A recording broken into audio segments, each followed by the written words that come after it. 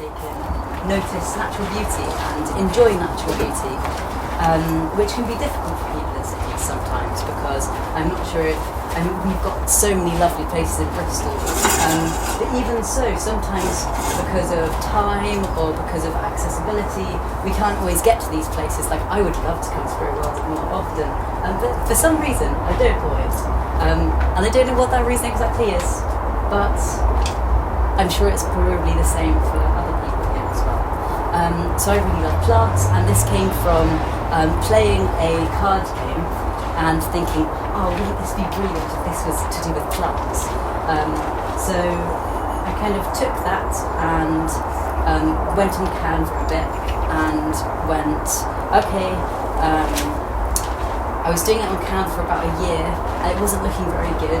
I was wondering how to get pictures of the plants and everything, and then on a whim I applied for a competition called the Igniting Innovation competition by the Woodland Trust, and this is a youth competition for 16 to 25 year olds, which just it pitches people against each other in terms of ideas, and whoever gets through to the end, there are 6 finalists and they all get funded an amount of money, and you get to all meet up in a room among other people with the Woodland Trust, and then you get funded, your project gets funded. I was among other brilliant projects, such as some people making a podcast who they'd already made something called Youth Voices for Nature, and they had done kind of a video all about how they want more connection for young people in the nature sector. And then there's also someone called Wild Things Poetry, who's a poet talking about wildlife. And then City Sprout. So yeah, City Sprout also got through to that and then got funded an amount of money, which has then allowed, I then approached an artist called Ruby Scott Geddes, if anyone knows them. They're a Bristol-based artist, an illustrator, and they did all of the designs in City Sprout. And then this was the hardest part for me, because I was trying to actually make the game, which I hadn't considered beforehand, because this game was so good that I was playing that I just thought, I'll just use all of the game mechanics from that and then just make it plants. That did not work, because it was in fact Monopoly Deal, which, in case anyone's played, is all centred around capitalism, which I don't think really works with the aim of the game at City Sprout. So I changed it up a little bit, and now the game is all about everyone's in charge of their own city, and they compete to make the most biodiverse city possible. So you can kind of choose whatever city name you like. It could be Maudeville, or it could be the Young Leaders Green Shootesville, and then they all go against each other and they collect plants. They collect all of these urban plants with the aim of kind of collecting lots and lots of points. So the game came along. Well, that sounded a lot easier than said. That was after 4 drafts of the game, and then Ruby illustrated it, and then I guess we're here. I set up as a CIC, set up City Sprout, and that came with a lot of admin, which is not really spoken about sometimes, and then some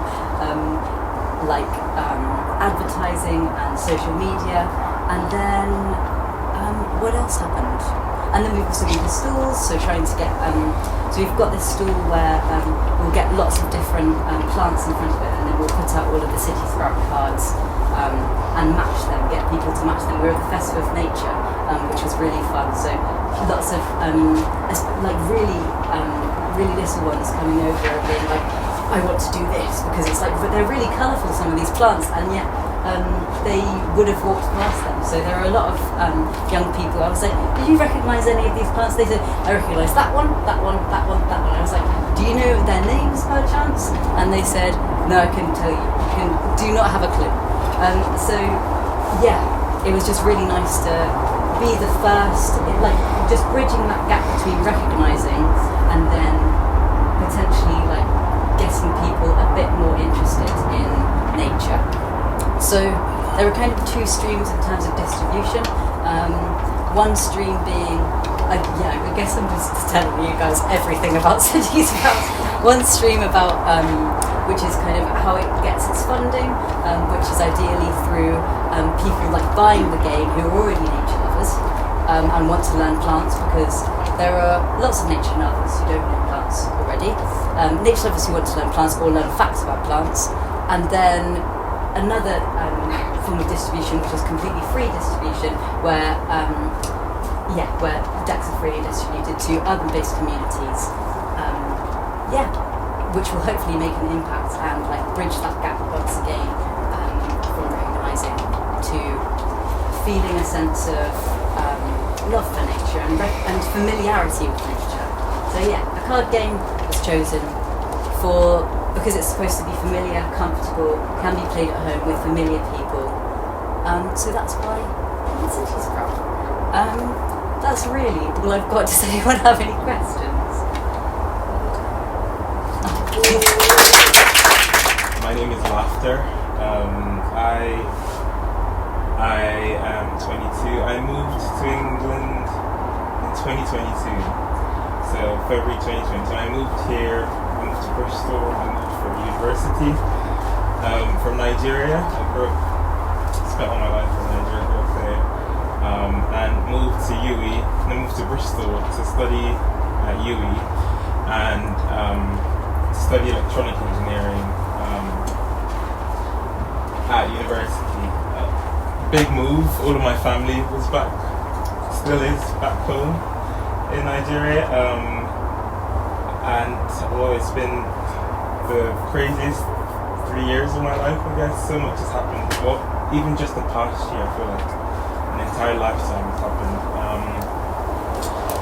So I moved purely for uni with like a career, your typical career, driven mindset, study hard, work hard, graduate with good grades, go on to get a job, start earning potentially high salaries and all of that stuff.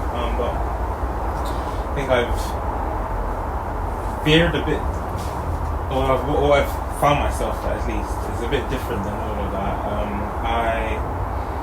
I think my first big eureka, I would say, was early last year, in my final year at uni. So I'd never really, I grew up in an urban setting, even in Nigeria, and so nature wasn't really a thing on my mind. I think it was always for certain types of people. I felt like not, certain the hippie or certain things. So it was never really a thing on my mind. But I had this particular experience where I was part of a program with the BASA, or like a youth organization, and they were doing a workshop with a group of guys called Ian and Wade from Hip Hop Gardens. And this workshop was not inside of a building this time, it was outside. So they took us it's in the centre, and they took us to Portland Square in the centre. And it was about 6 p.m, it was dark, it was early January, maybe February maybe. And I remember having a really busy day that day. At university. That was like January, February period. If anyone knows, it's like the worst time to be a student because it's just all of the assessments, all of the stuff happening. So really busy day, and I just thought I'd drag myself there and just drag myself back home and go to bed. But then we had this workshop thing, and I was just like, let's just do this. And then we went to the park, and the activity was just a silent walk in the park. So we got there, and they encouraged us for 10 minutes to wander around in silence, maybe notice things, and I was just so tired. I went to sit on a bench, one of the ones close to the entrance. And I just sat down, and I just really remember I just gradually starting to notice just the sounds of the birds, the wind, the breeze, the rustling of the trees, and the leaves and everything. And this is right in the center, by the way. So there were still cars going. There's still Bristol's national anthem, the sirens going, but like every now and then I'd hear a bird sound, and I'd feel the breeze in my face, and I was coming from such a place of a lot of stress, and I could just kind of feel, it was like, oh, there's all this other life around me as well, existing at this very point in time, like myself, and I was like, oh, hello, and it was, I don't know what it was about it, but just I could literally feel my focus and my consciousness shift away, kind of from being directed internally, kind of just outwards, internally, as in all the stress, all the worry, all the anxiety, all the planning, all the careful, meticulous, everything, that trying to get everything right, all the main character stuff, and I could just feel it just direct outwards, and I was like, oh, there is all of this other life as well existing, and I sort of felt for the first time, like a part of it as well, the way I was on that bench in the middle of the city centre, I'm part of life, as crazy as it sounds, because I feel like, I just, even at that point, then, not even now, just all the dealing with school and the societal stuff happening, and climate stuff happening, and what's the word? Psychological stuff happening, and mental stuff happening, and it was kind of like an exchange, kind of like I gave out all of that life to kind of get theirs, and it wasn't intentional. It was just like, just by noticing, and that was the start of something. At least whatever it is I'm on right now, and I think ever since then I've just started noticing a lot more. I'm walking on the road, I see the flower, I see the tree, whatever it is,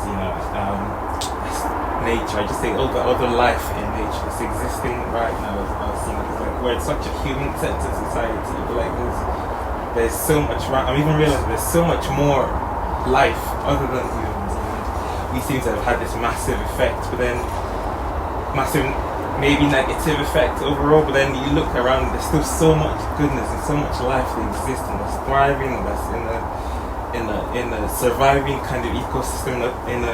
Even though we've done all these not so great stuff, and that kind of just kicked me off on a journey, and since then I've just started getting involved with a lot of nature. So I think street goat, as we mentioned today, I think at a similar period, or maybe later on in the year, I went to live in Exeter for a bit, and I hadn't stepped on the beach as well, which is crazy, all my life before then. But I went to the beach next to it, and it was just, just water. I was like, what is it? I think on the train there, just like, it's always such a deeply personal, almost spiritual experience. Someone who hasn't always had that, and I think a few months later we went on a trip, with a group of friends organised, with the bus that I mentioned earlier, to Pembrokeshire in Wales. Went wild swimming, went coasteering off the cliff, and again that similar feeling of just like, wow, I think that's done so many things for me. Maybe I'll touch on that sort of thing. And then joined Street Goat, because I live really close to the Paradigm, I can walk to Stoke Park, and that's amazing. I've lived in this area my entire time here, and I just never noticed massive Stoke Park just there. And then now it's become my favorite place on earth. It's become. I've had so much great stuff there, and I'll get back there. But I joined Street Goat, which is crazy.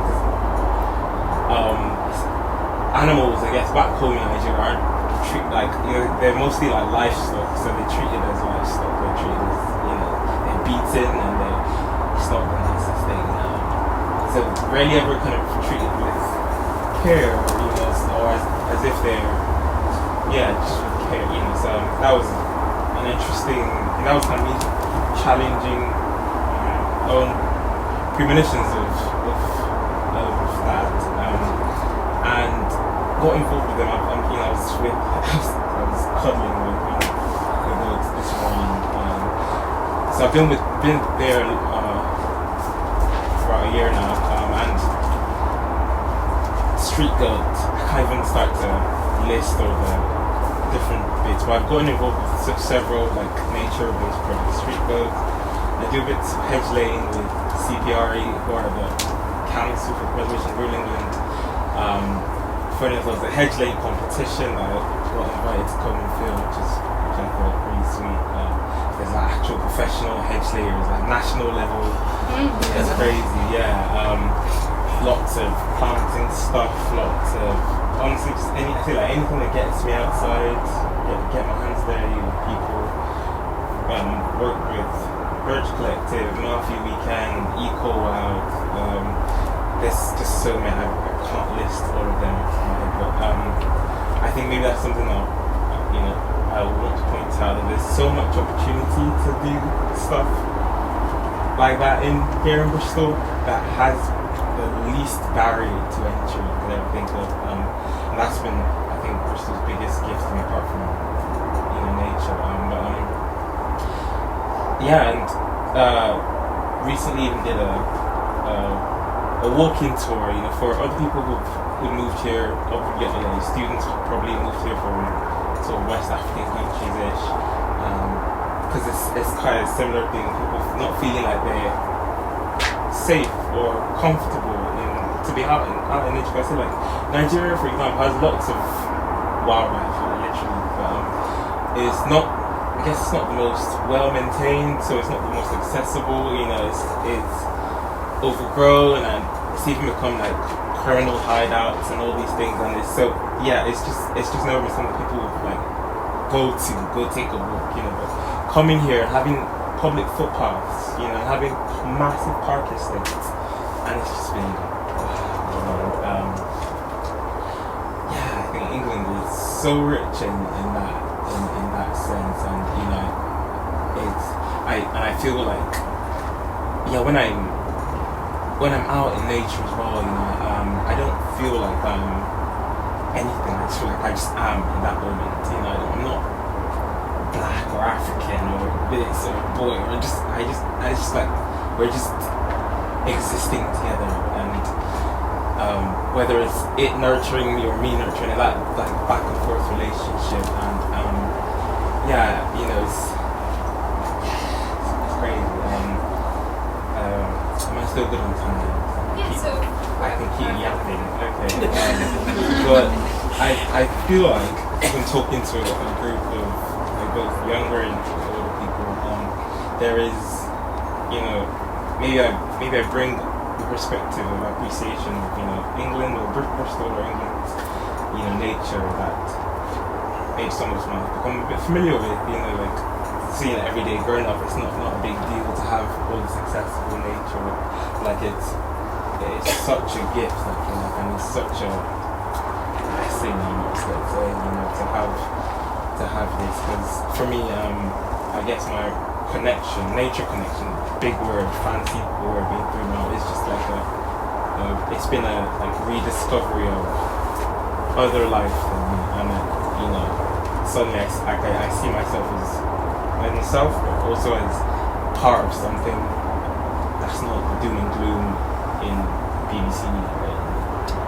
I see myself as part of something alive, and honestly, it's probably one of the few things that keeps me alive. Then there is, I feel like it's also with news of climate crisis and everything, all really real stuff, and we can see how our societies are changing just generally, and even climate wise as well. Getting out in nature, I can say for me it's just been my way of dealing with it, because, well, not dealing with it, but just personally engaging with it, because, you know, I can go out and I can see the, I can feel the damage, but then at the same time I can see so much life right in front of me still. And someone mentioned like thinking locally, if think on a global scale. So someone who studied zoology, and they were saying that like zoology students probably need like a therapist, because if you're learning about all these global scale issues, you're never going to feel any agency, and you know, because it's just all bad. But then if you kind of focus on your own local patch, you know, like what YLGs are doing, you know, you can find so much to do there, and it's going to give you so much back. And that's been how I've